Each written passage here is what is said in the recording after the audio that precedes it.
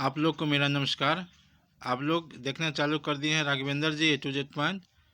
आप लोग के लिए मैं संसद से खबर लेकर के आया हूं। यह खबर जो बहुत ही आवश्यक है, बहुत ही ज़रूरी है, बहुत ही अनिवार्य है आप सबों के लिए जानना, सुनना और देखना। तो मैं इस खबर को प्रसारित करने जा रहा हूं। यह संसद से है खबर। और मैं आप लोग को बता दूं कि आशा दीदी, फर्स्ट दीदी, रसोईया ममता और आउटसोर्सिंग कर्मचारी, आंगनबाड़ी जितने भी हैं, सभी के लिए पप्पू यादव ने सरकार से संसद में बहुत बड़ी मांग रखी है और बहुत बड़ी घोषणा की है, जिसको जानना आप लोग के लिए बेहद ज़रूरी है। और यह घोषणा आप लोग के लिए पप्पू यादव ने संसद में की है। तो आप लोग का लड़ाई इन्होंने संसद में लड़ी है और यह बहुत ही प्रसिद्ध सांसद हैं, माननीय सांसद हैं। यह पूर्णिया से हैं और यह निर्दलीय सांसद हैं जो समय समय से दबे कुचले की आवाज़ बनते हैं। और आप लोग का भी स्थिति जो है उससे ज़्यादा बेहतर नहीं है, क्योंकि सरकार आप पर ध्यान नहीं दे रही है। और इन लोगों के माध्यम से सरकार तक ध्यान आप लोग का आकर्षित होता है, तो अच्छी बात है, बहुत ही ज़रूरी है, बहुत ही कंपलसरी है। मैं राघवेंद्र जी, आप लोग को वीडियो पसंद आएगा तो एक लाइक कर देंगे, एक सब्सक्राइब कर देंगे और बेल आइकन को दबा करके ऑल पर क्लिक कर देंगे, ताकि सभी सूचनाएं जो मैं आप लोग के लिए लाया करता हूं वह सब प्रथम आपके समक्ष पहुंचे। तो मेरे चैनल पर आप लोग का बहुत बहुत स्वागत है। मैं अब आगे लिए चलता हूं आप लोग को संसद की तरफ, जहां पप्पू यादव ने आप लोगों के लिए बहुत बड़ी घोषणा की है और सरकार से बहुत बड़ी लड़ाई लड़ी है। देखिए आप लोग उन्हीं के जुबानी। तो मैं लिए चलता हूं संसद की ओर और पप्पू यादव की वक्तव्य को सुनाता हूं, जो आप लोगों के बारे में क्या क्या कही हैं, क्या क्या मांग रखी हैं, सरकार से क्या क्या दरख्वास्त की है। और संसद में इनके मांगों का पुरजोर समर्थन भी मिला है और सरकार को इस पर ध्यान देना ही होगा। आप लोग खुद ही देखें। तो लिए चलता हूं संसद की ओर और पप्पू यादव को आप लोग सुने। माननीय श्री राजेश रंजन जी,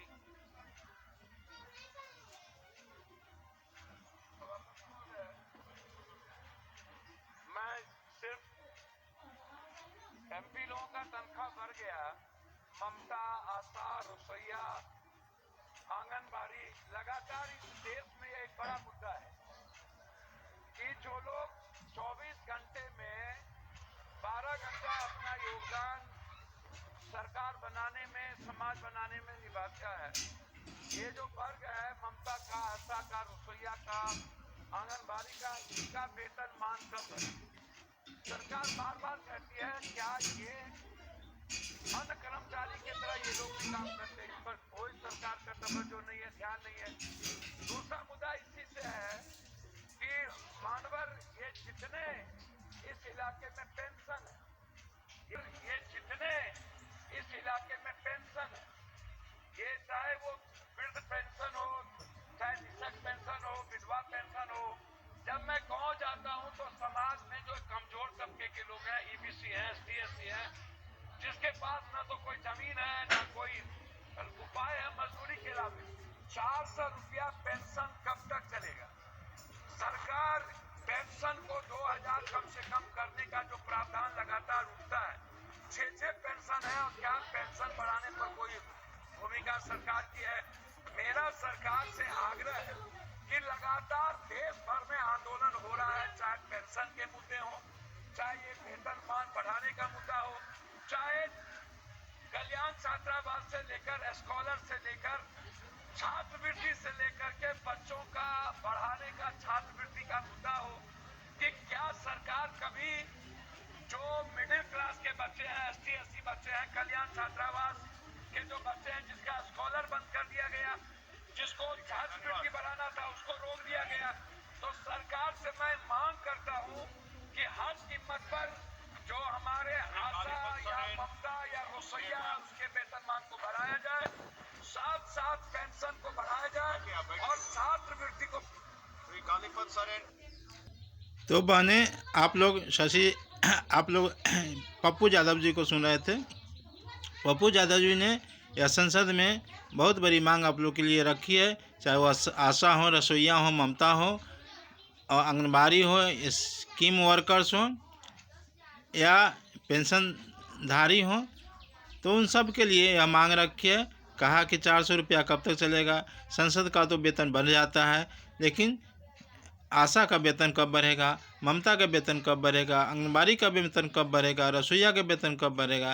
क्या ये 2000-4000 में ही गुजारा करते रहेंगे और ज़िंदगी इसी तरह से कट जाएगी। और संसद का जो मतलब इतने अमीर हैं, इतने पैसा उनको मिलता है, अलाउंस मिलता है, सारा सुविधाएं लेते हैं, फिर भी उनका वेतन जो है लगातार बढ़ते जा रहा है, लगातार बढ़ते जा रहा है। और वेतन बढ़ाने में कोई प्रोसेस, कोई नाकर नुकर नहीं होता है। और एक गरीब तबके के जो कर्मचारी हैं, इनका वेतन बढ़ाने के लिए 1000 नियम लागू होता है, 1000 प्रोसेस चलता है, और फिर भी जहाँ के तहाँ ही सवाल रहता है।